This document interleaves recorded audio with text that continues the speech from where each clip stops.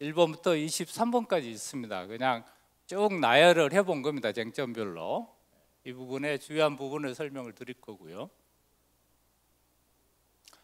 우리 정비사업은 이렇게 다양한 당사자들이 관여를 하고 있고, 그걸 유형화해 보면 갈등 유형이 28가지 유형이, 기본적인 갈등 유형이 발생되는 게 우리 정비사업의 구조입니다. 그 다음에 정비사업도 굉장히 다양하죠. 우리는 대표적으로 지금 재건축 사업 위주로 하고 있습니다만은 재개발 사업도 주택정비형, 도시정비형 이렇게 구분이 되고, 그 다음에 공공재개발, 공공재건축 사업, 가로주택 정비사업, 모아타운 중심의 소규모 정비사업 등 다양한 우리 도정법에는 정비사업이 있습니다. 이거 외에도 도심 공공주택 복합사업이라는 LH나 SH가 하는 공공주택 특별법에 따른 별도의 사업이 있습니다. 그 사업은 특징이 뭐냐 하면, 일단은 LH나 SH가 사업 시행자로 지정이 되면 바로 수용을 하게 되어 있습니다. 그러니까 공공이기 때문에 수용 사업을 하는 거죠. 우리는 지금 관리처분 방식으로 바로 사업을 하잖아요. 그거는 바로 수용 사업으로 진행하게 돼 있고, 대신 현금으로 수용 보상금을 주는 게 아니라 대물로 분양권을 주는 방식이 도심 공공주택 복합사업이라는 게 별도로 또 있습니다. 근데 그걸 왜 말씀드리냐면, 그 공공이 직접 시행하는 재개발 사업이 지금 도정법으로 앞으로 들어올 또 예정으로 있습니다. 그렇게 되면 이제 도정법의 사업 유형이 공공 직접 사업 재개발이라는, 재건축이라는 유형이 하나 또 생길 가능성이 있다라는 걸 말씀드리는 겁니다. 재개발과 재건축의 그 차이들은 여러 가지가 있는데, 그 중에 핵심적인 거는 재개발은 관리처분 방식 외에도 환지 방식이라는 게 허용이 되는 게 차이점 중에 하나고요. 우리 재건축 사업은 관리처분 방식만 허용이 됩니다. 그 다음에 재개발은 강제 가입됩니다. 75% 이상 동의해서 조합인가 되면 동의를 하지 않는 조합원도 당연조합원이 돼서 강제조합원 제도를 채택하고 있는데 반해서, 우리 재건축 사업은 동의자만, 임의가입제에서 동의자만 조합원이 되도록 하고 있고, 반드시 토지와 건물, 그 건물과 주택과 상가와 그 부속 토지를 같이 가지고 있어야만 조합원 자격이 있다라는 특수성이 있습니다. 저는 개인적으로 이건 좀 반대입니다. 앞으로 토지 또는 건축물로 재개발과 같이 좀 완화해야 되는 게 아닌가 생각을 드는데, 현행법은 건물과 부속 토지를 가지고 있어야만 조합원 자격이 있다라는 게 재건축의 특징입니다. 그 다음에 지금 이제 동의 요건은 재개발은 75% 여전히 남아 있어서 이거 불만이 많습니다. 이것도 재건축과 같이 70%로 완화해 달라는 민원이 많이 제기되고 있고요. 그 다음에 재건축은 지금 이제 5월 1일 개정이 돼서 70%로 완화가 됐습니다. 그 다음에 상가동은 한 개 동으로 보도록 되어 있고요. 그 다음에 동별 구분 소유자가 5 이하인 경우는 동의를 안 받아도 됩니다. 그 다음에 그 말썽이 많았던 지분 쪼개기 상가에 대해서는 동의율은 3분의 1 이상 동의를 받으면 조합 설립이 가능하도록, 그렇지만 이 지분 쪼개기의 적용 시점에 대해서는 제한이 있습니다. 기준일부터 조합 설립인가 신청일까지 사이에 지분 쪼개기로 구분 소유자가 늘어난 경우에 적용이 되고, 그 외의 경우에는 여전히 과반 동의 받아야 됩니다. 그 다음에 이제 단독주택 지역이 포함이 되면 거기에 75% 동의를 별도로 추가로 받아야 되고요. 그 다음에 가로주택 사업은 지금 모아타운 지금 80%를 기준으로 하고 있는데, 이것도 법이 좀 개정돼서 완화가 됐습니다. 그래서 내년 2월부터는 75%로 가로주택 모아타운이 가능하도록 완화가 돼 있습니다. 그다음에 이 이제 현금 청산, 분양권을 포기하거나 분양권을 받을 수 없는 경우에 현금 청산하는 방법에 있어서 가장 큰 차이가 있죠. 재개발은 수용하는 방식, 재건축은 매도 청구라고 해서 소유권 이전 등기 소송을 제기해서 감정가로 가져오는데, 이 두 개의 차이는 딱 한 가지입니다. 이게 가격 산정하는 방식이 전혀 다릅니다. 재건축에 있어서 매도 청구라는 미동이자에 대해서 하거나 분양 신청 포기자에 대해서 분양 신청할 수 없는 자에 대해서 하는 매도 청구는 재건축은 철저하게 시가 보상입니다. 그러니까 내가 재건축 참여를 할 수 없다 해서 분양청을 포기하거나 아까 말씀드린 대로 5년 재당첨에 걸려서 강제 청산이 되거나 아니면 전매 제한, 지위 양도에 위반이 돼서 조합원 지위를 임의로 양도했다든지 이런 이제 어떤 강제 청산이 되거나 청산을 스스로 선택하는 경우에 매도 청구를 통해서 현금 청산을 하는데 이건 시가 청산이다. 그런 반면에 재개발 사업은 수용이라고 그랬죠. 수용은 시가가 아닙니다. 개발 이익을 공제한 상태의 보상가를 산정하도록 돼 있기 때문에 이건 공시지가를 기준으로. 그래서 재개발에서의 현금 청산은 재건축보다는 상당한 금액의 하락이 있을 수밖에 없습니다. 그 다음에 이 세입자 보상 제도가 재개발은 주거 이전비, 이사비, 상가에 대해서 영업 보상을 당연히 주게 돼 있습니다. 그런 반면에 우리 재건축은 세입자 보상 제도가 없어요. 이게 이제 우리가 이주를 나중에 함에 있어서 걸림돌이 되는 부분 중에 하나인데, 특히 이제 영업을 하고 있는 주거의 경우에는 이제 이주가 좀 원활하지만 상가의 경우에는 보통 이제 상가 세입자가 많이 있는 경우가 있어서 재건축 사업을 함에 있어서의 상가에 대한 조합원이 상가를 직접 영업하는 경우도 있고 세입자가 있는 경우도 있는데 그 보상 제도가 전혀 없다.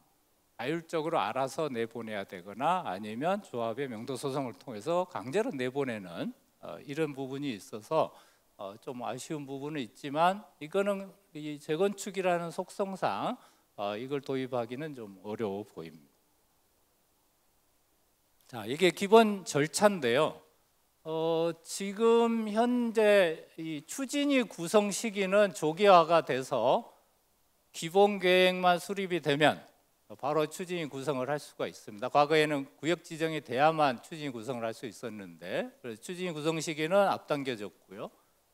그 다음에 이제 추진위를 구성을 하고 갈 거냐 아니면 바로 직접 조합 설립으로 갈 거냐 하는 거는 선택의 문제로 지금 돼 있고 이 조합 설립 인가 이후에 건축 심의를 마치게 되면 앞으로 법이 개정이 돼서 이 사업 시행 인가와 관리 처분이 통합이 되면 이 건축 심의 이후에 감평을 하게 되고 분양 신청 절차가 일이 당겨진다. 그런 의미입니다. 그다음에 이 관리 처분에는 필수적으로 부동산원의 타당성 검증이라는 절차를 의무적으로 거쳐야 되는데 여기서 주로 보는 거는 분양권 부분을 주로 봅니다. 그래서 이게 분양권 대상이 안 됨에도 불구하고 조합이 분양권을 부여한 부분이 있는지 없는지가 첫 번째 부동산원에서의 검증하는 대상이고 두 번째는 이제 절차 위반이 있는지 없는지 하는 부분 두 가지를 따지게 됩니다. 저도 여기 이제 부동산원의 검증위원을 하고 있는데 재건축은 그래도 좀 그렇게 많이 올라오지는 않아요. 쟁점이 되는 게 주로 이제 재건축에서 쟁점이 되는 거는 공유자인 경우에 분양권을 어떻게 부여할 거냐 하는 부분은 쟁점이 좀 있지만 그 외에 그렇게 크게 쟁점이 되는 사례는 많이 못 봤는데 재개발은 굉장히 첨예합니다. 무허가 주택 있죠. 그 다음에 무허가 주택도 언제 취득이 되느냐에 따라서 분양권이 나가는 무허가, 분양권이 안 나가는 무허가. 그 다음에 근생 소유자인데 아파트 분양 대상이 되느냐 안 되느냐 이런 것 등등 해가지고 재개발은 굉장히 복잡해서 분양권에 대한 논란이 많은데 재건축은 생각보다 그렇게 분양권에 대한 쟁점은 많지가 않다는 거예요. 그래서 어쨌든 이 관리처분 인가 받고도 이주 철거하고 착공까지 들어가려면 상당한 시간이 걸리는 건 아실 거고요. 그렇게 해서 준공이 되면 이전고시라는 걸 해서 등기를 하게 됩니다. 이전고시라는 거는 결국은 이제 등기를 해도 좋다라는 걸 고시를 해주는 거예요. 그래서 재개발 사업이건 재건축 사업이건 이전고시가 되면 조합원은 자기의 종전 자산을 출자한 거기 때문에 이전 등기를 받는 게 아니라 바로 소유권 보존 등기를 받게 됩니다. 그런 반면에 이제 일반 분양부는 조합으로 보존 등기를 일괄해 가지고 그걸 판 거니까 그 다음에 해당되는 일반 분양자 앞으로 이전 등기를 해줘. 그래서 아예 구조 자체가 달라요. 취득력세도 다르고. 도시정비법은 이제 몇 가지 특징이 있는데 그 중에 하나가 행정처분 중심으로 사업이 진행이 된다. 이 얘기는 계획을 수립을 해야 된다는 거. 정비계획, 사업시행계획, 관리처분계획. 이 크게 이 세 가지의 계획이 필요하다. 그 다음에 시행 주체를 결정을 해야 된다. 이게 추진위를 통해서 뭐 조합 설립으로 갈 건지 아니면 요즘 또 한참 유행하는 신탁자 시행 방식으로 갈 것인지, 이거 이제 결국은 조합원들이 선택해야 되는 몫이에요. 그러니까 신탁 시행 방식으로 갈 것인지 조합 방식으로 갈 것인지 하는 것도 결국은 구역 내 조합원들이 선택할 몫입니다. 그래서 그런 시행 주체를 결정하는 것도 다 행정처분입니다. 그 다음에 관리처분이라는 것은 권리 배분과 변환이라고 했는데 이것도 역시 행정처분입니다. 준공청산도 마찬가지입니다. 그래서 이와 같은 어떤 행정처분으로 이루어지는 것에 대해서 모든 관련된 소송은 그래서 민사소송이 아니라 다 행정소송이 됩니다. 심지어 내가 조합원 지위가 있느냐 없느냐에 대한 다툼도 행정소송이 되는 거고요. 그래서 이 도정법 사업은 그 민사적인 영역이 아니라 공법적인 영역이 거의 대부분 차지하고 있어요. 그래서 그 로스쿨에도 이제 시험 그 과목 중에 행정법에 이 도시정비법이 들어가는데 제 딸이 로스쿨 나왔는데 그 시험 예상 문제들을 보니까 도정법에 대한 문제들이 꽤 있어요. 전혀 이해 못합니다. 로스쿨생들이 이 정비 사업에 조합원이 된 적이 없잖아요. 또 교육을 받은 적이 없죠. 그래서 거의 이해하지 못하고 그냥 달달 애워서 참이냐 거짓이냐를 판단하는 걸 봤는데 용어들이 생소한 거죠. 그렇지만 우리 이제 정비 사업을 다 참여를 하고 관심이 있기 때문에 이제는 다 압니다. 관리처분이 뭔지. 그래서 행정처분으로 다 이루어진다. 그래서 행정기관과의 관계, 구청과의 관계가 굉장히 중요한 포인트를 가지고 있다는 걸 이해를 하셔야 됩니다. 우리는 이제 이렇게 재건축이든 재개발이든 다 도정법으로 통합을 해가지고 이렇게 행정처분으로 가고 있잖아요. 근데 일본은 아직도 재개발은 이런 행정처분 중심으로 가는 거고 재건축은 아직도 민간 중심의 사법적인 영역으로 가서 일본에서 재건축은 정말 어렵습니다. 동의율도 80% 이상 뭐 받아야 되지만 그 동의를 받기까지가 굉장히 어렵다는 거죠. 그래서 일본에서 그 록봉기라든지 이런 데 보면 이런 어떤 사업을 하기 위해서 동의서를 받는 과정이 한 10년씩 걸립니다. 우리하고는 정말 차이가 큰 거죠. 근데 우리는 과감하게 재건축과 재개발을 법을 통일해 버렸습니다. 물론 거기에 숨은 뜻은 재건축은 민간 자율적인 사업인데 그걸 그냥 자율적으로 하도록 내비두면 언제 할지 모른다라는 주택 공급에 대한 불안 문제가 하나 있었고 그보다 더 근본적인 거는 이게 공법적인 영역으로 재건축을 끌어들여야 임대주택을 뺏어갈 수가 있는 거예요. 그래서 결국은 재건축을 도정법이란 틀로 통합한 데 배경에는 임대주택을 공급받기 위한 목적이 상당 부분 정책적으로 작용이 됐다라는 걸 알 수가 있고 이렇게 통합하자 예전에 일본 변호사들이 한번 이제 와서 토론을 한 적이 있는데 깜짝 놀랍니다. 이게 어떻게 동의가 이루어질 수 있느냐. 일본의 어떤 그 성격이 드러나는 거죠. 그런 반면에 조합은 사단법인입니다. 사단법인이기 때문에 총회와 임원 선임 이런 부분들은 다 민사적인 영역이 여전히 남아 있습니다. 토지등 소유자의 권리 의무가 있는데 기본적으로 동의를 하거나 동의를 처리할 권리, 대표적으로 뭐 정비계획 위반 제한을 하는 요건은 이제 50%돼 있죠. 그다음에 다만 변경, 정비 계획을 바꿔달라 하는 변경을 하는 제한은 3분의 2 이상 동의가 필요하다는 거. 이거는 완화를 못합니다. 법을 개정해야 되는 사항이어서. 그다음에 이제 정비 계획 세워 주십시오 하고 위반 요청하는 거는 30% 동의면 가능하죠. 그리고 지정 개발자인 신탁사를 통해 가지고 처음에 구역 지정 제한을 하면서 신탁자로 사업 시행자 지정을 하는 데는 3분의 2 동의를 받으면 구역 지정과 동시에 사업 시행자 지정을 할 수 있는 특례 조항이 우리 도정법에는 허용이 되고 있습니다.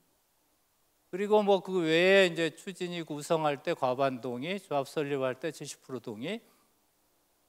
이 신탁사의 조합 설립 동의 요건과 동일한 요건이 필요한 거는 구역 지정 이후에 신탁사를 지정할 경우에는 70% 이상 동의가 필요한 거고, 구역 지정 제한과 동시에 신탁사를 지정할 때는 그냥 3분의 2 동의로 가능하도록 나가 돼 있습니다. 그다음에 일반 총회나 뭐 이런 데서 의결권 당연하고요.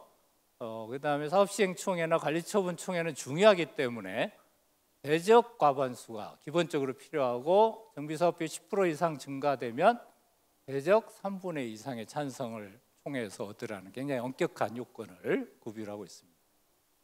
임원 뭐 피선출권 당연하고요. 분양권, 그다음에 연금청산 권리 있습니다. 그런 반면 조합원들은 의무도 있죠. 네. 임의 가입제고 강제 가입제긴 하지만 정관상의 의무, 총회 의결을 이행할 의무가 당연히 따릅니다. 그 다음에 신탁과 이지 의무라고 써놨는데, 이 신탁은 재개발 사업은 신탁을 하지 않습니다. 일부 조합에서 하는 사례가 있는데 신탁이 재개발은 필요 없습니다. 그 이유는 재개발은 동의하지 않거나 분양을 포기하거나 안 나가면 강제 수용권이 있잖아요. 수용권이 있기 때문에 별도로 신탁을 할 필요가 없습니다. 그런 반면에 재건축 사업은 나중에 문제가 생기면 이전 등기 소송이라는 복잡한 절차를 거쳐야 되기 때문에 출자하는 방법으로서 조합에다 신탁을 통해서, 신탁 등기를 통해서 재건축은 의무적으로 이주할 때 신탁 등기를 의무화하고 있습니다. 그래서 조합으로 출자를 해서 신탁 등기를 하는 시점은 관리처분 인가 이후에 이주비 대출을 받을 때, 그때 일괄 신탁 등기 서류까지 재건축은 같이 냅니다. 그 다음에 만약 그 이주를 조합이 정한 기한 내에 이주를 안 하면 손해배상 책임 따릅니다. 그리고 추가 부담금 납부는 관리처분과 분양계약에 따라서 부담을 하게 되죠. 자, 추진위 먼저 보겠습니다. 추진위는 이제 예정구역이라든지 뭐 기타 기본 계획만 있으면 어쨌든 구성을 할 수가 있고 과반 동의 받아야 됩니다. 그 다음에 동의 내용은 그 10분의 1 이상의 추진위원 명단을 구비해가지고 추진위 승인을 받아야 되고요. 그 추진위원회도 조합하고 성격은 비슷합니다. 사단법인으로 봅니다. 그런 반면에 이제 법적인 성격만, 이거 보충행위냐 설권 처분이냐라는 어려운 용어를 써서 추진위와 조합을 구분하고 있는데, 이거는 뭐 굳이 그것까지 알 필요는 없을 것 같고요. 추진위원회가 설립이 돼서 조합 설립으로 갈 경우에는 추진위원회에서 행한 권리 의무는 조합에 포괄 승계된다, 법에 이렇게 명시되어 있습니다. 그러니까 조합 직접 설립으로 가지 않고 추진위를 거쳐서 가면 기본적으로 포괄 승계가 된다. 다만 총회에서만 전속적으로 결의해야 되는 사항이 있는데, 시공사를 선정한다든지 간평 법인을 선정한다든지 이런 부분들은 추진위원회에서 할 수 없는 업무이기 때문에 승계가 안 된다라는 거고, 할 수도 없는 겁니다. 그 다음에 정비업체는 약간 논란이 있습니다. 이게 승계가 되는 거냐 안 되는 거냐 해서 하급심이 좀 엇갈리고 있어서, 추진위 때 선정 계약한 정비업체가 조합으로 자동 승계가 되는지 여부에 대해서는 논란 중에 있고 법원의 판결도 좀 엇갈리고 있습니다. 그런 반면에 이 설계는 추진위 때 당연히 선정할 수 있습니다.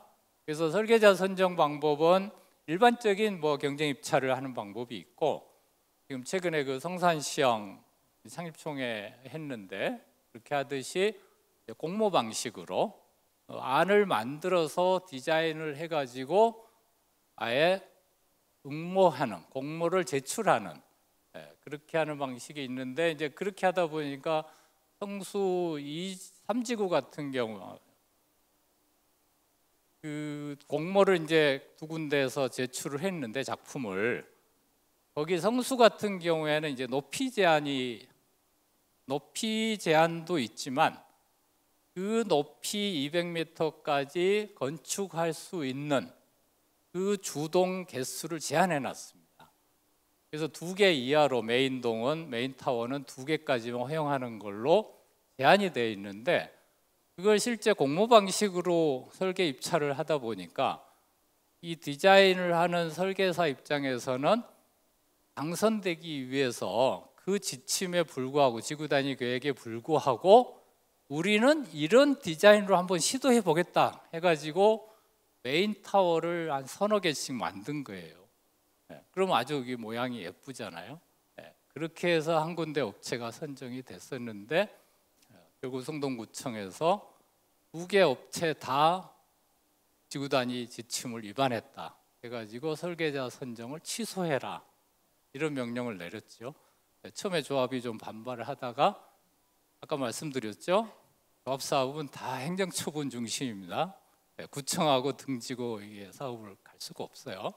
그래서 결국은 입찰을 취소하고 다시 재입찰을 하게 되는 이런 과정도 있는데, 설계 선정 굉장히 중요하죠. 디자인을 어떻게 할 건지, 어떻게 계획을 할 것인지, 설계 역량 굉장히 중요합니다. 그래서 추진이 구성을 해서 가면 이 설계는 승계가 법적으로 당연히 가능하다. 그래서 추진이 때 설계는 다 선정을 합니다. 직접 설립으로 가지 않는 한. 그래서 추진의 절차는 기본적으로 좀 이런 과정으로 이루어진다라는 거 정도 이해하시면 되고요. 운영 규정에 따라서 운영하게 돼 있습니다. 그래서 추진위원회에서 하는 주된 역할은 결국은 창립총회 준비를 하는 겁니다. 그래서 창립총회를 개최하는 게 추진위의 핵심적인 업무가 되겠죠. 그리고 추진위는 조합이 설립이 되면 자동 해산되기 때문에 별도의 해산총회를 하지 않습니다. 그래서 추진위는 자동 소멸됩니다. 조합 설립이 창립총회가 이루어지면. 그래서 조합 인가가 되는 순간 추진위는 자동 해산됩니다. 그러다 보니까 이제 추진위에서 조합까지 인가를 받았는데 조합 인가에 하자가 있어서 조합이 대법원 판결까지 가가지고 취소된 사례도 과거에 있었어요. 그런 경우에 과거의 추진위가 살아나느냐 뭐 이런 것도 대법원에서 판단을 한 사례도 있고요. 그 다음에 추진위에서 뭐 설명 고지 의무라고 해서 동의를 받기 전에 이런 걸 반드시 설명해라. 그 중에 보시면 이 동의로 의제되는 사항이 있습니다. 조합 설립 동의로 간주된다는 겁니다. 그러니까 이 동의도 지금 많은 변화를 얻고 있는데요. 구역 지정 제한 동의, 그 다음에 구역 지정 요청 동의, 이건 다 추진위 동의와 서로 연동이 됩니다. 그러니까 어느 거 하나만 내면 다 동의가 간주가 됩니다. 그리고 추진위 동의서를 내면 또 조합 설립 동의로 간주가 됩니다. 그러니까 한 번씩만 되는 거죠. 그래서 만약 추진위를 거쳐서 조합으로 가는 경우에 추진위 동의율이 이미 70% 이상이 충족이 돼 있다. 그러면 조합 설립 동의서를 다시 안 받아도 창립총회만 하고 수정분담금만 제공을 하고 바로 조합인가로 갈 수도 있습니다. 그래서 지금의 어떤 법제는 하나의 동의를 하면 상호 간의 동의가 의제 처리되도록 하는 게 기본적인 건데, 추진위 동의도 역시 조합 설립 동의로 간주가 되기 때문에 조합 설립 동의서를 2번 낼 필요 없다. 그리고 지금 국회에 올라가 있는 개정법안은 아예 그걸 더 확대해 가지고 구역 지정에 대한 제한 동의를 내면 그 동의를 아예 조합 설립 동의까지 아예 그냥 간주해 버리는 이렇게까지 이제 확대하려고 법안이 올라가 있습니다. 그래서 이제는 구역 지정부터 조합 설립까지 논스톱으로 동의서를 한 번만 제출하면 바로 조합까지 갈 수도 있다. 동의 방법은 뭐 간단합니다. 연번을 부여한 거민 동의서라고 했어요. 이 얘기는 우죽순 동의서를 받는 세력들이 너무 난립이 되니까 동의서를 받으려면 반드시 구청에서 연번을 부여한 동의서를 받아가서 서식을 받아가서 그 연번이 부여된 서식을 통해서만 동의를 받으라는 겁니다. 이것도 역시 이제 12월부터는 전자동의가 허용이 됩니다. 지금 이제 종이동의만 허용이 됐는데 전자서명 동의로 허용이 된다라는 것도 지금 개정되는 사항 중에 하나고요. 그 다음에 세 가지 요건이 필요합니다. 지장 날인해야 되고 자필 서명해야 되고 신분 증명서 사본을 첨부해야 됩니다. 그래서 이 세 가지 요건은 모든 인허가에 대한 동의에서는 다 똑같습니다. 그래서 모든 인허가 동의는 지장 날인, 자필 서명, 신분 증명서 사본을 첨부해야 됩니다. 근데 여기서 보시면 자필 서명이라고 되어 있습니다. 그런데 실무에서 보면 아직도 많은 조합원들이 멋있게 사인을 합니다. 사인은 서명이 아닙니다. 서명이라는 것은 이름을 쓰는 겁니다. 그런데 다수의 이 소유자 조합원들은 아직도 이 자필 서명을 사인으로, 그 트럼프가 멋있게 사인하지 않아요? 네, 그런 형태로 이 사인하시는 분들이 있는데 사인 아닙니다. 이 동의 방법은 반드시 서명을 해야 됩니다. 그래서 앞으로는 이제 한 개 동의를 하면은 상호 동의 의제되는 걸로 바뀔 예정입니다. 현재까지는 이제 추진위와 정비계획 위반까지만 연동이 되고 있다. 그래서 이 동의서 서식을 보면 이 의제되는 사항이 반드시 기재되어 있습니다. 지금 현재 서식에는 여기 이제 연번이라고 있죠. 그래서 이 몇 명 중에서 1번부터 몇 번까지를 이 동의서를 통해서 구청에서 부여를 했는지가 확인이 되는 게 이 연번이고, 그 다음에 의제 사항이 반드시 명시되어 있습니다. 여기 보면 추진위 동의서입니다. 추진위 동의를 하면 조합 설립이 의제가 되고 정비계획에 대한 위반 요청이나 위반 제한이 의제된다. 이렇게 성호 의제되는 사항이 동의 내용에 기재가 되어 있는 걸 확인할 수 있습니다. 추진위원회는 위원장, 감사, 추진위원, 그리고 소유자가 10분의 1 이상으로 해서 100인 이상으로 구성하도록 되어 있고, 임원의 결격 사유를 그대로 준용하도록 되어 있습니다. 그래서 추진위원은 도정법 위반으로 벌금 100만 원 이상을 선고받고 10년이 경과가 안 됐다든지 이런 이제 임원의 결격 사유가 그대로 적용이 됩니다. 그 다음에 여기서 이제 그 추진위원 중에 뒤에 이제 임원의 자격 부분에서 그 공유자인 경우에 임원 자격이 어떻게 되는지 나올 텐데, 그게 똑같이 공유자인 경우도 임원의 자격과 추진위원 자격은 동일하게 적용이 된다라는 거. 그 다음에 추진위원회 기관은 주민총회가 있고요. 그 다음에 추진위원회가 있습니다. 그래서 각각의 어떤 의결 사항들이 운영 규정에서 구체적으로 규정되어 있는 게 확인됩니다. 추진위원회는 기본적으로 이 정비업체를 선정할 수가 있고 설계자 선정 가능하고 조합 설립 준비 업무를 하고 동의서를 받게 되죠. 거기에 따라서 정관 초안을 만들어서 상립총회를 하는 게 기본적인 권한과 업무입니다. 그 다음에 추진위원회는 자발적으로 구청에서 연번 동의를 받아가지고 자발적으로 구성을 할 수도 있지만, 구청에다가 우리 추진위원회 구성을 해 주십시오 하고 요청을 하면 공공지원을 통해서 추진위원회를 구성을 해주는 근거도 마련되어 있습니다.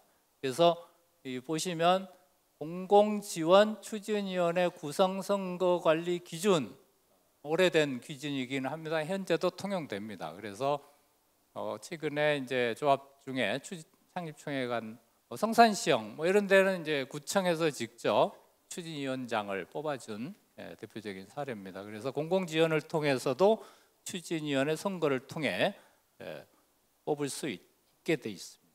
근데 특징을 보면 구청을 통해 가지고 공공지원으로 추진위원회를 구성을 하게 되면 이제 선거를 하게 되잖아요. 선거를 했는데 그 당선자의 지위가 그러면 뭐냐에 대해서 이렇게 되어 있습니다. 그 구청 지원을 통해서 추진위원회 추진위원회 선거를 해서 당선이 되면 바로 추진위원장이 되는 게 아니라 예비 추진위원장이 되고 예비 감사가 되도록 되어 있습니다.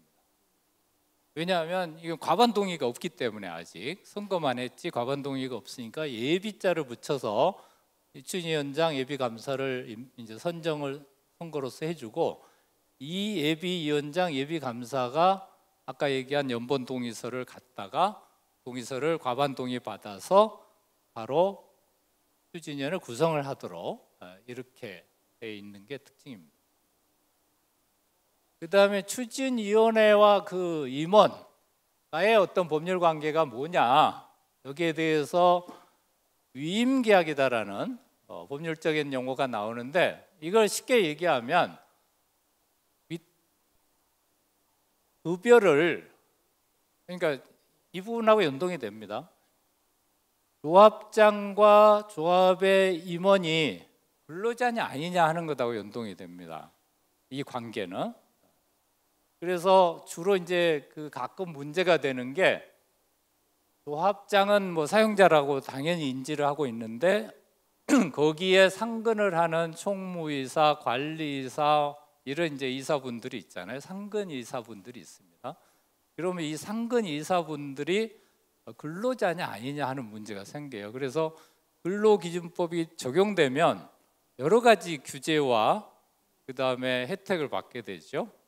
그래서 사용자인지 근로자인지가 가끔 다툼이 되기도 합니다. 나중에 예를 들어서 이제 잘려가지고 상근에서 제외가 됐을 때, 나 근로자인데 퇴직금도 빨리 25일 내에 못 받았다, 한 달 내에 못 받았다, 그 다음에 야근 수당도 제대로 못 받았다, 의유수당 제대로 못 받았다고 해서 노동청에 고발을 한 사례도 가끔 나오거든요.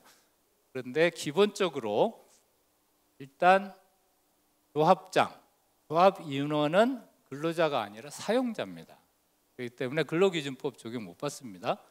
그러면 임금과 퇴직금을 그럼 어떻게 받아야 되느냐? 그래서 반드시 급여 규정, 퇴직금 규정이 조합에 있어야 되고요. 그 내용에 대해서 총회에서 의결을 받아야 되고, 총회에서 그 임금, 급여에 대해서도 예산을 편성을 해서 결의를 해야만 지급할 수가 있게 된다는 걸 말씀드리는 판결입니다. 그 다음에 인가처분이 가끔 취소돼서 추진위가 부활이 된 사례가 가끔 있는데, 그거는 재건축 사업의 경우는 거의 해당이 없고 재개발 사업장 경우에 그렇게 된 사례들이 있는데, 제가 최근에 이제 그 갈등 조정하고 있는 사업장이 방이 3구역이라는 데가 있는데, 거기가 조합 인가가 된 이후에 대법원까지 가서 지분 쪼개기 문제로 조합 설립 그때 75% 요건이 안 됐다라고 해가지고 인가가 취소된 조합이 하나 있습니다. 그런데 그 소송을 거치다 보니까 추진위원회가 승인되고 그 다음에 그 판결이 확정될 때까지 기간이 거의 7년 이상 걸렸어요. 그러다 보니까 추진위가 사실은 거의 유명무실화돼서 없어진 상황이죠. 그럼에도 불구하고 조합 인가 처분이 어떤 사유든 법원에서 취소가 되면 추진위는 부활된다는 겁니다. 그러니까 다시 추진위 동의를 받을 필요 없이 총회만 해가지고 위원장, 추진위원만 보충을 해서 다시 조합 설립을 갈 수 있다 해가지고 최근에 이제 그 추정분담금 검증까지 일단 맞춰서 다시 조합 설립으로 지금 가고 있는데, 거긴 좀 특수성이 있습니다. 특정 건설회사가 전체 구역의 52%를 점유하고 있습니다.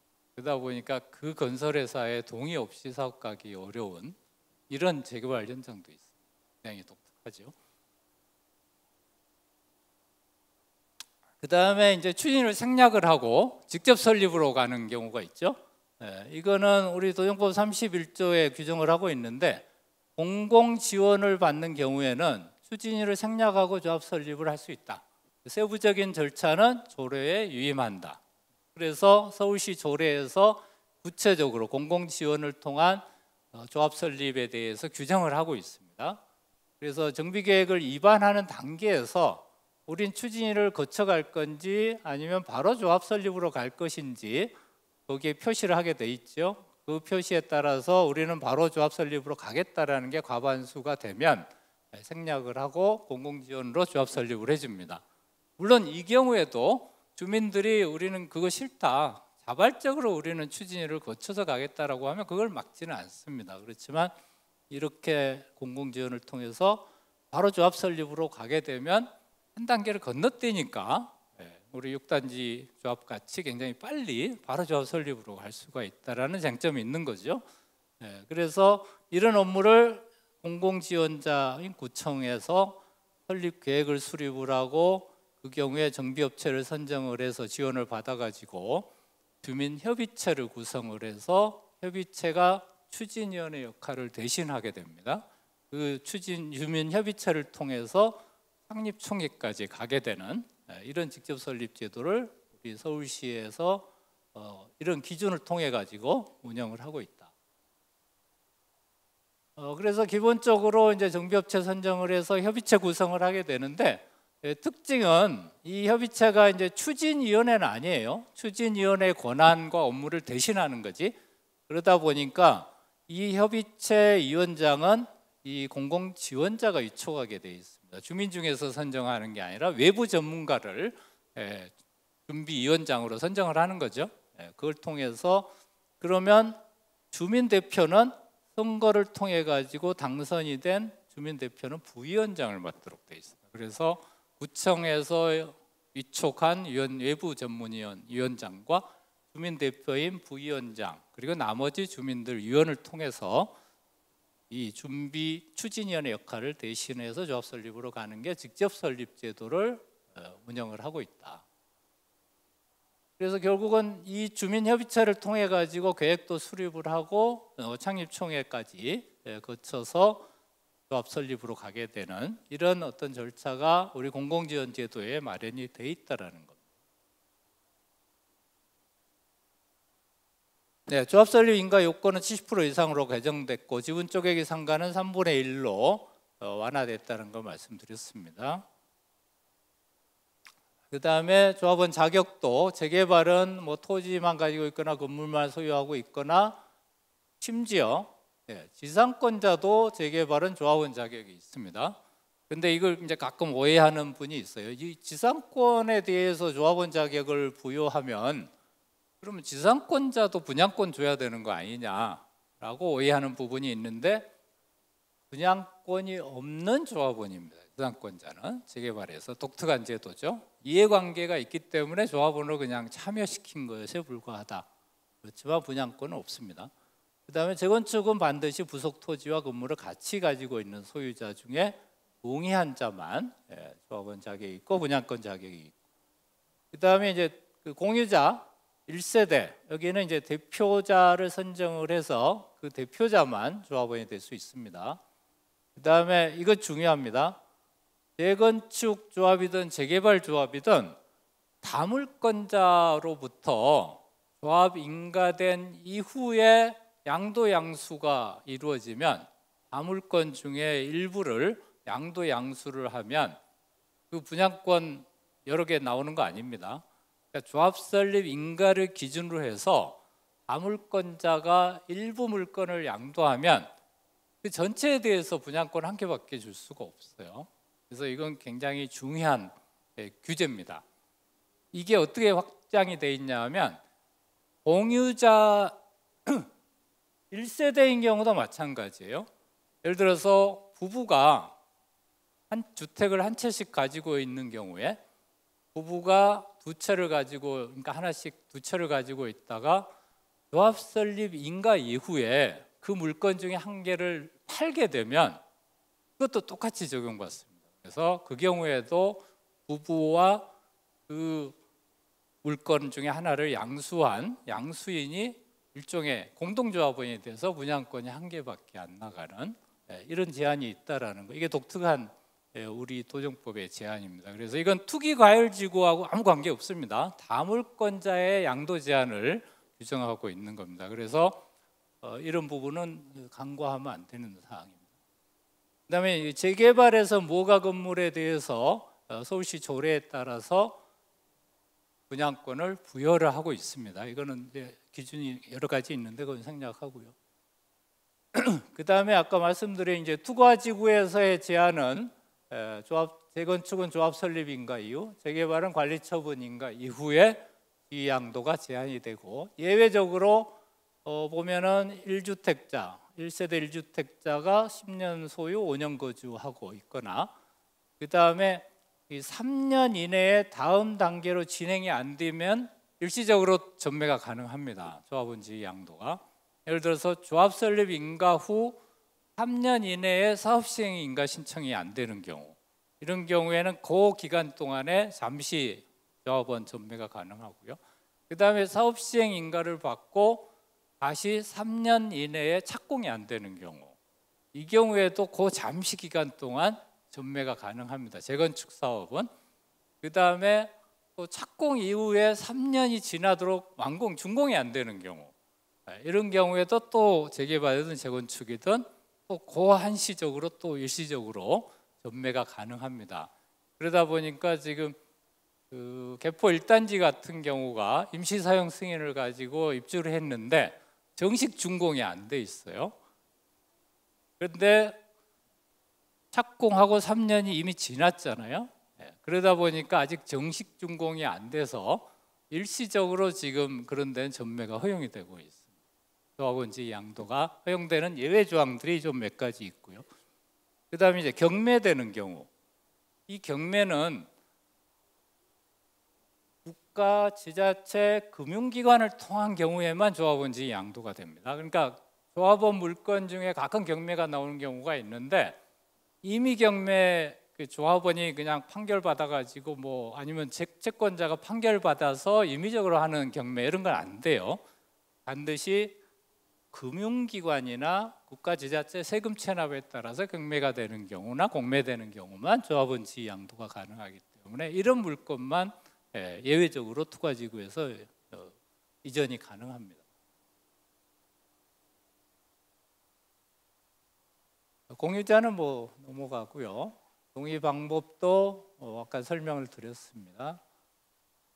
그다음에 추정분담금 정보를 반드시 제공하고 조합 설립 동의를 받도록 되어 있습니다. 이거 동의자 수 산정 방법은 좀 전문적인 부분이어서 이건 생략을 해도 될 것 같고요. 창립총회도 기본적인 사항입니다. 자, 임원부터 좀 간단하게 설명을 드리고 넘어갈게요. 임원의 요건 중에 여기 보시면 3년 동안 1년 이상 거주를 하거나 아니면 5년 이상 소유하고 있는 것, 이 두 가지 중에 하나의 요건이 되면 임원으로 선출될 수 있습니다. 다만 조합장은 예외적으로 선임일부터 관리처분 인가일까지는 거기서 거주를 해야 됩니다. 이게 이제 조합장 요건이 추가되어 있고요. 그 다음에 이제 그 공유자인 경우가 문제가 되는데, 공유자인 경우에는 다수 지분 소유자만 임원 자격이 있습니다. 그래서 가끔 그러면 이제 뭐 부부가 2분의 1, 2분의 1 소유하고 있으면 누가 다수 지분권자냐, 이런 이제 그 질의나 쟁점이 되기도 하는데, 누가 다수 지분권자일까요? 부부가 2분의 1씩 가지고 있으면, 그러니까 없다는 견해, 다수 지분권자가 없다는 견해도 있고 둘 다 다수 지분권자라는 견해도 있죠. 근데 이제 조합원의 피선출권을 함부로 박탈하면 안 되는 거니까 그런 경우에는 둘 다 다수 지분 소유자로 봅니다. 그래서 부부가 2분의 1씩 공유를 하고 있다 그러면 대표자만 한 분을 선정을 해서 그 대표자가 임원으로 출마하면 되는 거죠.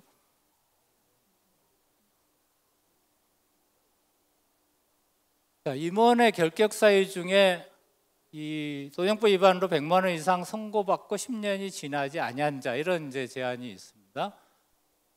이 선고라는 의미는 우리는 형사소송법상 무죄 추정의 원칙이 적용되니까 이건 대법원까지 가서 판결이 확정되는 시점, 그 시점을 얘기합니다. 그래서 1심에서 100만 원 이상을 받았다고 해서 임원의 자격이 상실되지는 않는다는 거, 판결이 확정이 돼야 임원 자격이 상실이 되도록 되어 있습니다. 그다음에 뭐 그 외에 뭐 기타 요건들은 뭐 당연한 요건들이라고 보여집니다. 그다음에 이제 뭐 해임에 대해서는 그거는 여러 가지 문제들이 많은데 10분의 1 발의로 해임 총회를 하도록 해서 굉장히 좀 완화가 돼 있는데 이 부분은 이제 법이 좀 개정될 예정입니다. 10분의 1 해임 발의를 너무 남용된다 해가지고 그 경우에는 이제 구청에다가 우리 이런 사유로 해임 총회를 하겠다라고 신고를 하도록 이렇게 절차가 좀 바뀔 예정입니다.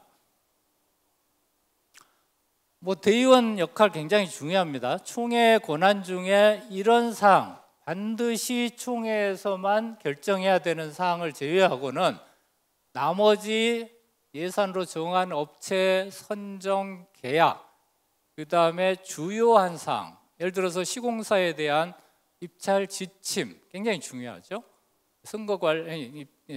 입찰 계획이라고 합니다. 그 입찰 지침서를 만들어서 의결하는 것도 대의원에서 하도록 되어 있습니다. 굉장히 그래서 시공사 선정과 관련돼서 해야 되는 중요한 역할이 대의원의 권한에 들어가 있습니다. 그래서 기본적으로 대의원에는 의결기관입니다. 그런 반면 이사회는 집행기구죠. 대의원회와 총회에서 의결된 걸 실행하는 게 이사회이기 때문에 역할이 전혀 다릅니다. 대의원 역할 굉장히 중요합니다. 그 다음에 이건 간단하게만 설명하고 넘어갈게요. 우리 이제 상가에 대해서 아파트를 분양을 해줄 수 있느냐에 대해서 굉장히 논란들이 많습니다. 그리고 이게 추진위를 거쳐가는 경우는 좀 시간적인 여유가 있기 때문에 상가와 협의를 하지만 직접 설립으로 갈 경우에는 상가하고 협의할 시간이 적어서 상가 동의가 안 되면 조합 설립으로 가기가 어렵죠. 그래서 상당수의 조합들이 상가 소유자에 대해서도 아파트 분양권을 부여하는 걸로 합의를 해서 그 합의 내용을 정관에 반영을 하고 창립총회에서 그 합의서를 통과시키는 형식으로 해서 상가에 대해서도 아파트 분양권을 부여하자, 이런 쪽으로 지금 가는 추세입니다. 우리 6단지도 그렇고 최근에 성산시형도 그렇고 상가에 대해서 아파트 분양권을 부여하는 쪽으로 해서 조합 설립이 됐습니다. 그리고 이게 방배 6구역에서 좀 이상한 판결이 있었고 상가조합원한테 아파트 분양하는 걸 굉장히 제한하는 판결이 있었던 반면에 최근에 심판부 2차 판결에서는 그건 조합이 재량껏 결정할 사항이다, 정관으로 정할 사항이다라고 해서 완화되는, 상가조합원의 아파트 분양권을 또 완화하는, 이렇게 또 반대되는 판결이 나와서 이게 어느 게 더 옳은지는 앞으로 AA한테 물어봐야 될 것 같습니다. 그래서 법원 판결은 계속 바뀌기도 하고 견해가 다르기도 합니다. 그럼에도 불구하고 도저히 협의가 안 된다, 그러면 상가를 빼고 재건축할 수 있도록 이제 법에서는 허용을 하고 있습니다. 그걸 이제 토지 분할 청구라고 하는데, 도저히 협의가 안 되면 아예 재척하는 조건으로, 분할하는 조건으로 조합 설립을 할 수 있는 제도는 열려 있다. 조합에 있어서 정관 변경을 어떻게 해야 되느냐 하는 거는 이제 기술적인 문제여서, 정관 변경의 중요한 사항은 3분의 2가 필요하고 또 일반적인 사항은 제적 과반수가 필요하고 일반 의결 정족수가 필요하고 각각 조문들이 다 다르기 때문에 거기에 맞춰서 각각 의결을 하라는 취지고요. 그 다음에 전자총회에 대한 이슈가 있어서 간단하게 설명을 드리면, 우리는 이제 전자투표를 할 수 있는 게 도정법에 아예 명시돼서 들어왔습니다. 그러다 보니까 정관의 전자투표에 대한 근거가 있거나 없거나 법에 전자투표를 할 수 있도록 도입이 됐기 때문에 이제 조합총회는 전자총회가 가능합니다. 그렇지만 이 전자투표를 허용한다고 해서 그걸 직접 참석으로 보지는 않습니다. 전자투표를 하는 것은 서명 결의서를 제출한 걸로 봅니다. 그러다 보니까 우리 이제 조합총회에서 형태가 전자투표, 서명 결의서 종이 제출, 그 다음에 현장 직접 참석해서 투표, 이런 이제 세 가지 형태가 되는 겁니다. 그래서 조합에서 이제 그 참석비를 정할 때 직접 참석한 조합은 얼마, 서명 결의서 제출 조합은 얼마, 이럴 때 전자투표는 서명 결의의 일종이기 때문에 서명 결의서 제출로 봐서 참석비를 지급하는 게 맞다라고 생각을 합니다. 그 다음에 12월부터는 이제 온라인 총회도 병행이 허용이 됩니다. 그러면 지금 뭐 유튜브 중계 뭐 이런 걸 통해 가지고 온라인 총회를 병행을 해서, 현장 총회는 당연히 같이 해야 됩니다. 그래서 온라인 총회를 병행을 하는 것도 12월부터 허용이 돼서 제도적인 완화가 이루어지고 있다는 정도를 이해하시면 될 것 같습니다. 그 다음에 요즘 그 강남에는 이제 임원들의 인센티브 가지고 굉장히 시끄럽습니다. 가격들이 많이 올랐고 일반 분양가가 올라서 이익이 많이 났죠. 그러다 보니까 그 남는 이익을 고생한 임원들, 대의원한테 인센티브로 부여하자 하는 결의들을 강남에 많이 하고 있는데 굉장히 시끄럽습니다. 왜냐하면 그걸 결의하는 단계는 이제 입주한 이후 단계잖아요. 거의 해산 직전의 단계에서 결의를 하다 보니까 반대 목소리도 많고, 임원들이 노력한 건 맞지만 이게 반드시 임원들의 노력에 의해서 이익이 이렇게 극대화된 건지, 아니면 분양가가 올라가지고 자연스럽게 이익이 많이 발생이 된 건지가 애매하다는 거죠. 그래서 그 인센티브가 과다한지 여부에 대해서 대법원까지 갔습니다. 그래서 대법원에서는 이런 기준을 정했어요. 업무 수행을 한 기간, 그 다음에 그 난이도, 노력한 정도, 이익의 규모, 그 다음에 결의 이후에 사정 변경이 있는지 여부, 이런 걸 다 종합적으로 고려해서 임원 인센티브를 정하라. 그게 정하라는 겁니까? 알아서 하라는 겁니다. 상황에 맞도록. 그렇지만 합리적인 신의성실 원칙, 형평에 어긋난다라고 볼 정도의 과도한 인센티브는 그 부분은 무효다. 적절히 감액을 하라는 겁니다. 그래서 이 강남의 뭐 유명한 조합의 결의를 20%를 인센티브로 주도록 결의를 했는데, 결의할 때 조합원들이 얼마 정도 되는지를 모르고 결의를 일단 한 것 같아요. 근데 나중에 계산을 해보니까 인센티브가 한 200억 된 겁니다. 승복할 조합원들이 아니죠. 그래서 결국 이 소송까지 간 거고, 소송에서 결국 파기환송이 돼가지고 대법원에서 파기돼서 결국은 7% 정도로 이제 인정이 됐습니다. 그래서 그 정도 10% 좀 그 이내 뭐 이런 정도가 적절한 인센티브라고 보고 있습니다. 그래서 임원들한테 고생했기 때문에 인센티브를 주는 건 당연하다고 저는 생각을 하는데, 그 한도는 좀 제한적으로 적용을 해야 된다.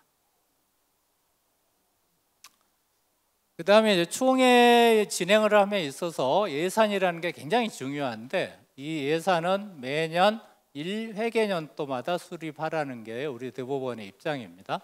다만 서울시의 예산회계 규정에 따라서 아직 예산은 매년 정기총회에서 의결을 해야 되는데, 조합의 사정에 따라서 다음 정기총회를 아직 하지 못한 경우에는 1년 범위 내에서 준 예산으로 전년도 예산을 통해서 운영할 수는 있다, 이렇게 보고 있습니다. 그 다음에 이제 분양 신청을 하지 않거나 분양 신청에서 제외돼서, 분양 대상자에서 제외돼서 현금 청산자가 되면 조합원 지위도 상실이 돼서 총회 참석권도 박탈당합니다. 그래서 그때는 총회 정족수에서 아예 제외가 되라, 제외해라, 이렇게 되어 있고요. 그 다음에 이제 요즘 그 신탁을 많이 합니다. 그 중에 많이 이루어지는 게 이제 고령화되고 하다 보니까 그 상품 중에 유언 대용 신탁이라는 걸 많이 합니다. 그러니까 자녀들한테 유언을 미리 하는 개념이에요. 그걸 그 조합원 자산을 자녀에게 일종의 신탁사한테 신탁을 맡겨놓는 거죠. 신탁사한테 신탁을 맡기는데 거기에는 유언의 내용이 일종의 들어간 신탁입니다. 그래서 내가 생전에는 이 부동산을 통해서 가진 수익은 내가 취하지만 내가 사망을 하면 이 지정된 수익자한테 이 물건을 주십시오 하고 하는 신탁서에 맡겨두는 이런 유언 신탁이 많이 활용되고 있는데, 이처럼 이제 신탁을 하게 되면 등기가 신탁사로 넘어가 버립니다. 그러면 그러면 조합원 지위가 신탁사인지 아니면 그럼에도 불구하고 여전히 그 신탁을 맡긴 위탁자인지가 가끔 논란이 됩니다. 그리고 그건 임대의원 출마 자격이 있느냐하고도 관련이 되는 부분이에요. 조합원 자격이 누구냐에 따라서. 이런 경우에 우리 법원은 이거는 하나의 특정 목적을 위해서 맡겨놓은 것에 불과하니까 이 경우에는 여전히 종전 소유자를, 위탁자를 조합원으로 봐야 된다, 이렇게 보고 있습니다.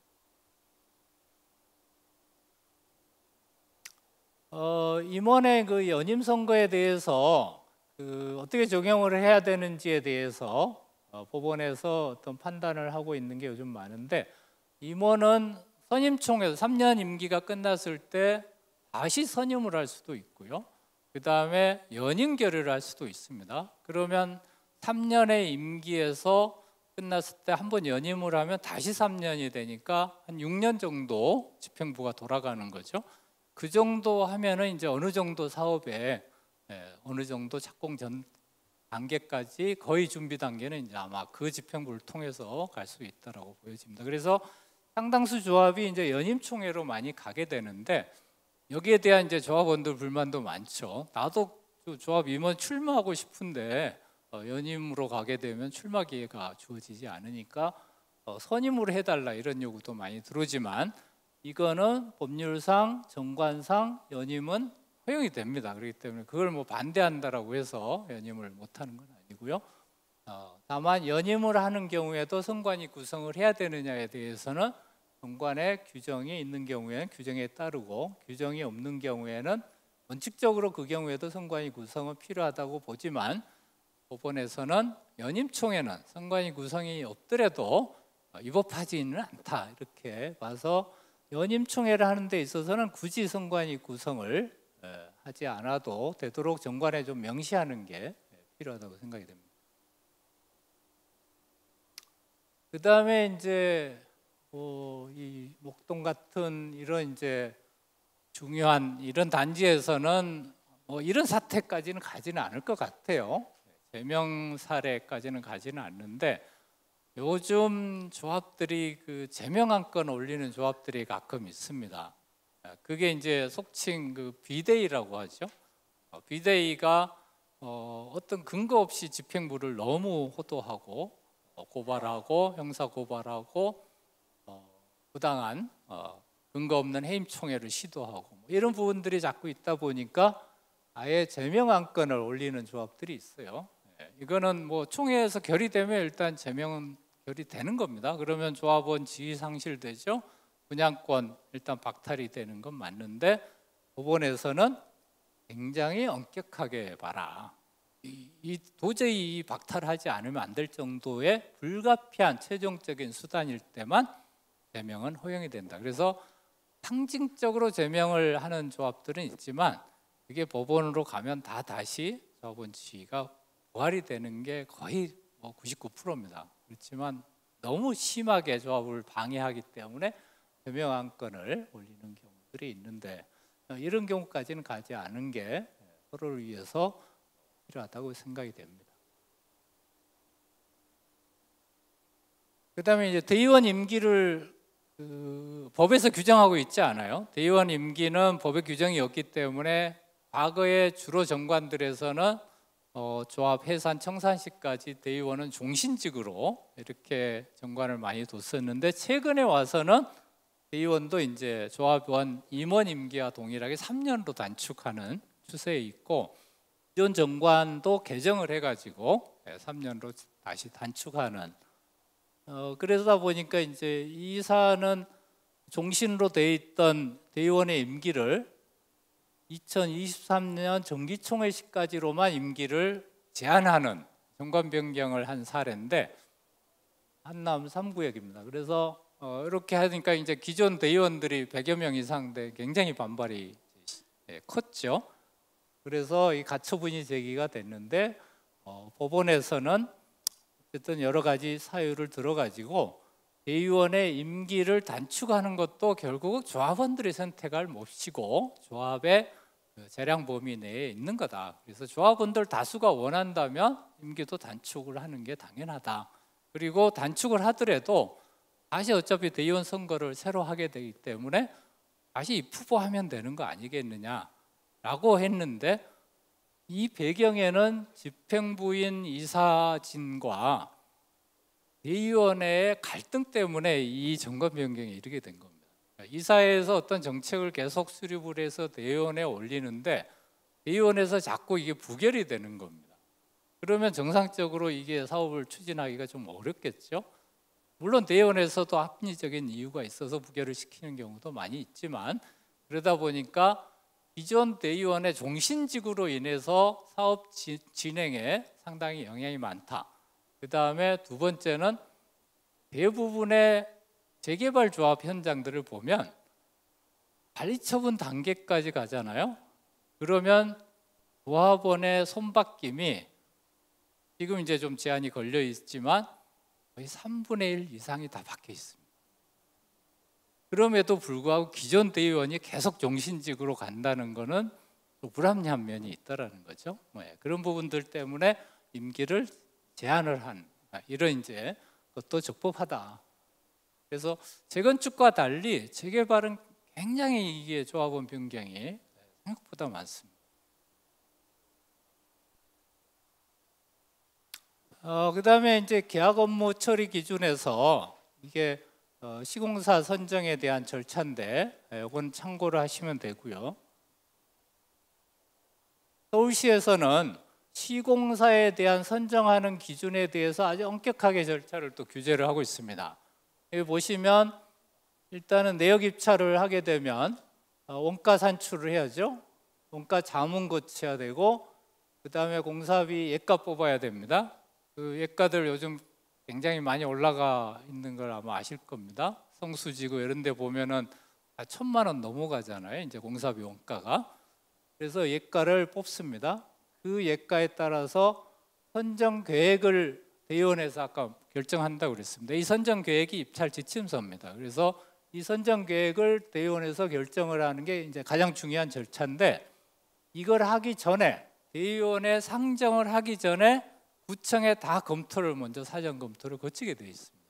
이걸 거쳐 가지고 입찰 지침서를 대의원에서 의결하면 보통 그 다음 날 시공사 입찰 공고를 내서 현장 설명회를 하고 입찰을 받아가지고 그에 따라서 총회까지 가게 되는 이런 절차들이 아주 엄격하게 규정되어 있고요.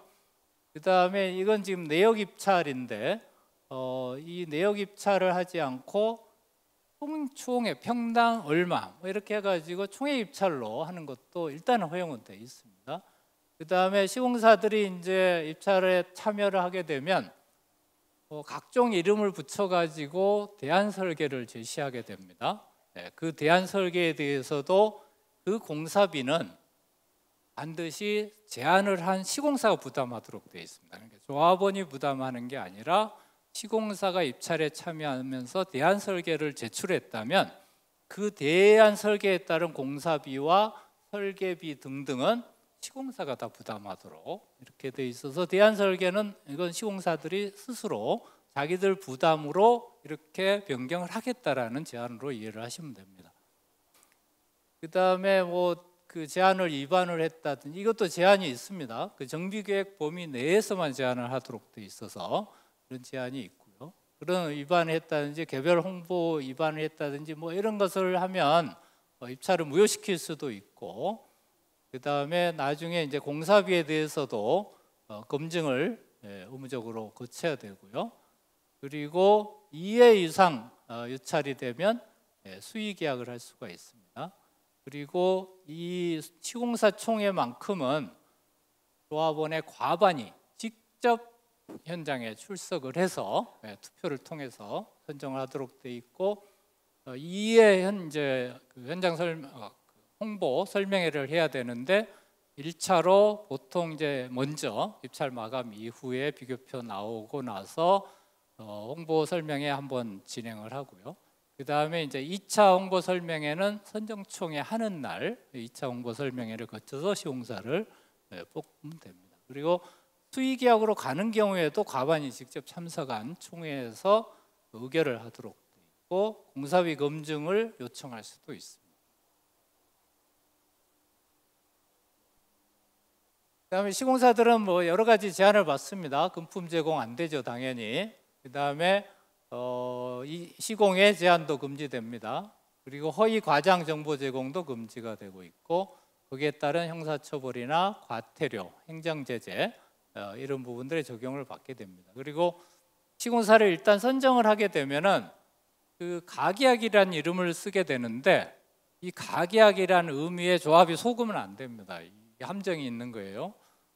시공사 선정을 해서 가계약이기 때문에 그냥 대충 계약을 해놓고 추후에 본계약 때 정밀하게 다시 가다두면 되지 않겠느냐라고 생각을 하는데 이 이름이 가계약인 것뿐이지 계약의 효력은 똑같습니다. 그래서 이 가계약 단계부터 계약 조건에 대해서 철저한 검증을 거쳐서 계약을 해야 된다는 거 중요합니다.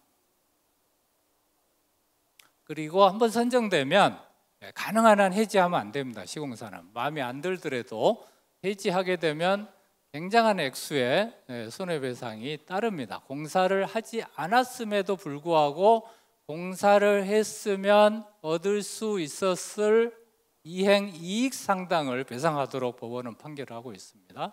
그러다 보니까 실제 그 방배 5구역 같은 경우 시공사 교체에서 손해배상 금액 상당한 금액을 변상을 했죠.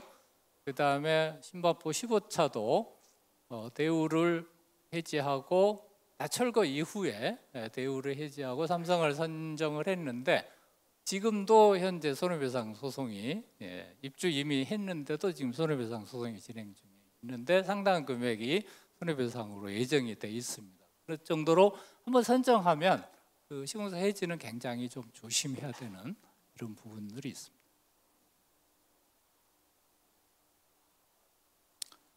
그 다음에 이 시공사에서 지금 이제 양극화가 돼 있다라는 걸 많이 얘기를 합니다. 지금 이제 사업성이 좋은 데는 과도한 경쟁이 되고 있고요. 지금 뭐 압구정이나 뭐 성수나 뭐 이런 데 굉장히 과열돼 있죠. 거기에 따른 지금 부작용도 많고 최근에 보면은 성수 2지구는 이제 1차 입찰이 유찰이 됐는데 조합장에 좀 문제가 있어서 최근에 이제 사임을 했고 조합장에 사임을 해서 입찰을 취소하고 다시 지금 이제 재입찰로 가는데 그 조합장이 사임하기까지의 그 과정에는 시공사의 경쟁으로 인한 사임까지 이르게 되는 시공사의 특정 시공사의 홍보팀장하고의 문제로 인해서 사임까지 이르게 되는 이 굉장히 어떤 시공사들의 전략에 어떻게 보면은 이용당한 형식이 될 수도 있고요. 시공사들 굉장히 치열합니다. 수주전에 들어가게 되면. 그 다음에 성수 1지구는 최근에 이제 서울시 특별 그 실태 점검을 받았는데 조합이 특정 시공사와 유착이 됐는지 여부, 그 다음에 특정 시공사가 아까 선정 계획안을 대의원에서 입찰 지침을 의결하는 것을 의결되도록 했는지, 그 다음에 의결이 안 되도록 방해를 했는지, 요거에 대해서 실태 점검을 대대적으로 했었습니다. 그 결과 특정 시공사는 선정 지침이 가결되도록 파일 제공하면서 홍보했다 해서 홍보 지침 위반이 적발이 됐고, 또 반대되는 시공사는 부결되도록 개별 대의원 홍보를 했다 해가지고 양쪽 다 홍보 방법 위반이 실태 점검에서 적발이 됐지만 그거는 처벌 조항은 없습니다. 그러다 보니까 경고 정도로 하고 다시 재입찰이 될 것 같은데 재입찰이 되면 또 그 양사가 또 경쟁을 하겠죠. 그래서 결국은 조합원들이 이제 어디를 선택을 해야 되느냐 하는 이런 이제 시공사 아주 어떻게 보면 행복한 고민을 하는 조합이 있는 반면에 계속 이해 유찰이 돼가지고 수의계약으로 가는 사업장도 생각보다 많습니다. 그리고 지금 모아타운 중심으로 가로주택 사업 같은 경우에는 반대로 또 시공사 구하기가 굉장히 어려운 이런 이제 양극화 현상들이 많이 이루어지고 있다. 그 다음에 이 정보 공개 굉장히 중요합니다. 두 가지 면이 작용이 되고 있는데 정보 공개 대상 서류와 관련 자료에 대해서는 아주 포괄적으로 대부분의 정보 다 들어가 있습니다. 이런 이제 웬만한 자료는 전부 다 공개를 하라는 겁니다. 그래서 일부 조합에서 정보 몽땅에 다 올라가 있고 거기서 다운 받으면 되는데 왜 조합에 달라고 하느냐라고 이제 볼멘 소리를 하기도 하지만 이건 법적으로 보장된 조합원의 권리이기 때문에 정보 몽땅에 있느냐 없느냐와 관계없이 열람 복사를 요청하면 15일 이내에 반드시 공개를 해야 됩니다. 그 다음에 복사비도 서울시에서 아예 기준을 정해놨어요. 한 장당 얼마. 그 다음에 메일 전자로 스캔해서 받을 때는 또 얼마. 이런 기준이 서울시의 수수료 기준을 아예 공표를 하고 있습니다. 그래서 조합이 복사비를 마음대로 이렇게 올리지도 못해요. 우리 법에서는 이렇게 규정합니다. 주민등록번호만 제외하고 전부 공개해라. 그러다 보니까 이제 가장 문제가 조합원 명부 공개인데 조합원 명부에는 조합원의 전화번호가 있는데 이게 다 휴대폰 번호잖아요. 근데 휴대폰 번호는 악용되기가 굉장히 쉽습니다. 그러다 보니까 조합마다 이제 고민인데 이런 어떤 조합원의 전화번호, 휴대폰 번호를 공개해야 되느냐에 대해서 결국은 대법원까지 가서 2021년도에 대법원에서 정리를 했습니다. 개인정보보호법 위반 아니냐라고 조합에서 항변을 하니까 개인정보보호법에는 다른 법률에 특별한 규정이 있을 때는 적용하지 않는다. 그렇게 돼 있어서 도정법이 우선이다. 그래서 도정법에 공개하도록 돼 있으니 조합원 명부에 전화번호가 포함된 조합원 명부를 공개하는 게 맞다. 그러면 이걸 유출하거나 다른 목적으로 쓰면 어떡할까요? 그랬더니 대법원이 정보 유출은 별개의 문제다. 그리고 만약 유출이 되거나 목적 외로 사용하는 게 확인이 되면 그거는 개인정보보호법 위반에 해당이 되기 때문에 개인정보보호법 위반으로 그건 별도로 고소를 해서 처벌시켜라 하는 걸로 해서 타협을 했습니다. 그래가지고 조합원 전화번호도 가장 업데이트된 최근 정보로 반드시 제공을 하라는 게 법원의 입장이고 이걸 만약 제대로 공개를 안 하게 되면 임원은 형사처벌을 받게 되기 때문에 다 공개할 수밖에 없다는 겁니다. 그 다음에 총회 결과에 따른 서명 결의서 이런 것도 이제 투표의 비밀보호 문제가 있지만 이것도 기술적으로 좀 가리는 형식으로 해서 공개를 하라는 겁니다.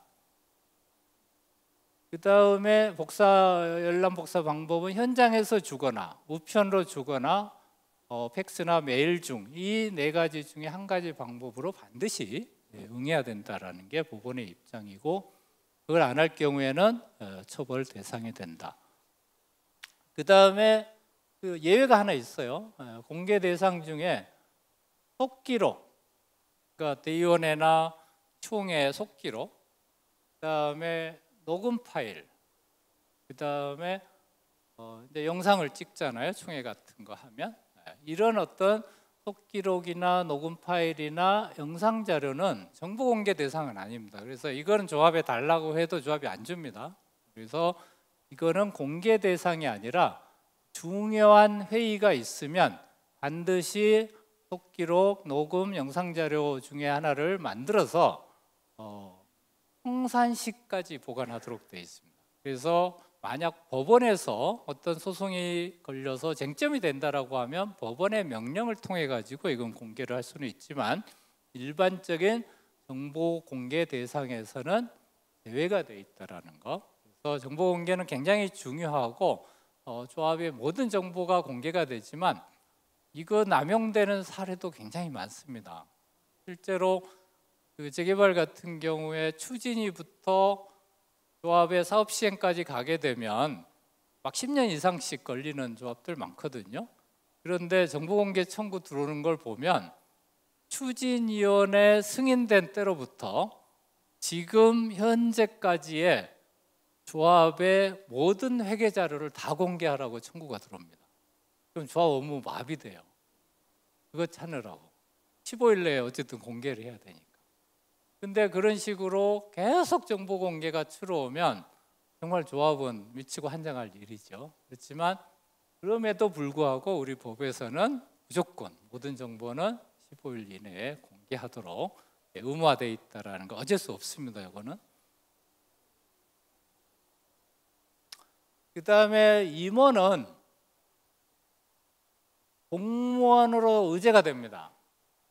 그 얘기는 조합의 임원을 할 사람은 나는 공무원이라고 생각을 하고 일을 해야 된다는 겁니다.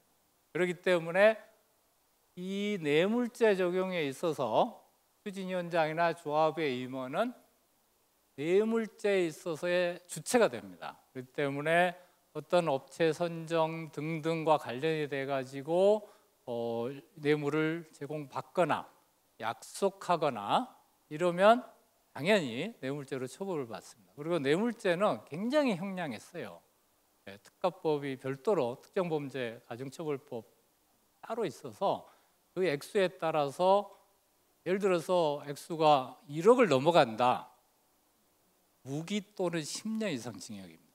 엄청난 이 형량을 우리나라 법제는 뇌물에 있어서만큼은 고형량을 부여하고 있어서 그만큼 청량 의무를 강조하고 있는데 그럼에도 불구하고 안타까운 사례들을 많이 봅니다. 과거에 왕십리의 조합이 있었는데 그 당시 지금은 이제 그 공소시효가 1억 이상이면 15년 공소시효인데 그 당시 공소시효 10년일 때였어요. 10년인데 10년 공소시효를 앞두고 한 달 남기고 체포가 됐어요. 이미 사업 끝났어요. 사업 다 끝나고 입주해서 잘 하고 조합장이 아니죠 현재는. 그런데도 10년이 다 다가오는 한 달 전에 체포가 돼서 기소가 되는 이런 사례도 있었는데 거기에는 이제 철거업체가 압수수색을 당해가지고 조합에 준 이 리스트가 다 밝혀진 겁니다. 철거업체들이 주로 그런 걸 작성을 하나 봐요. 그러다 보니까 공소시효 만료를 한 달 앞두고 체포가 돼서 처벌을 받게 되는 이런 이제 안타까운 사례도 있는데 그만큼 이게 뇌물죄에 있어서는 굉장히 엄격하다는 거. 그리고 모든 이제 웬만한 우리 형사 처벌 조항은 벌금형이라는 게 있잖아요. 유독 뇌물죄만큼은 벌금형이 없습니다.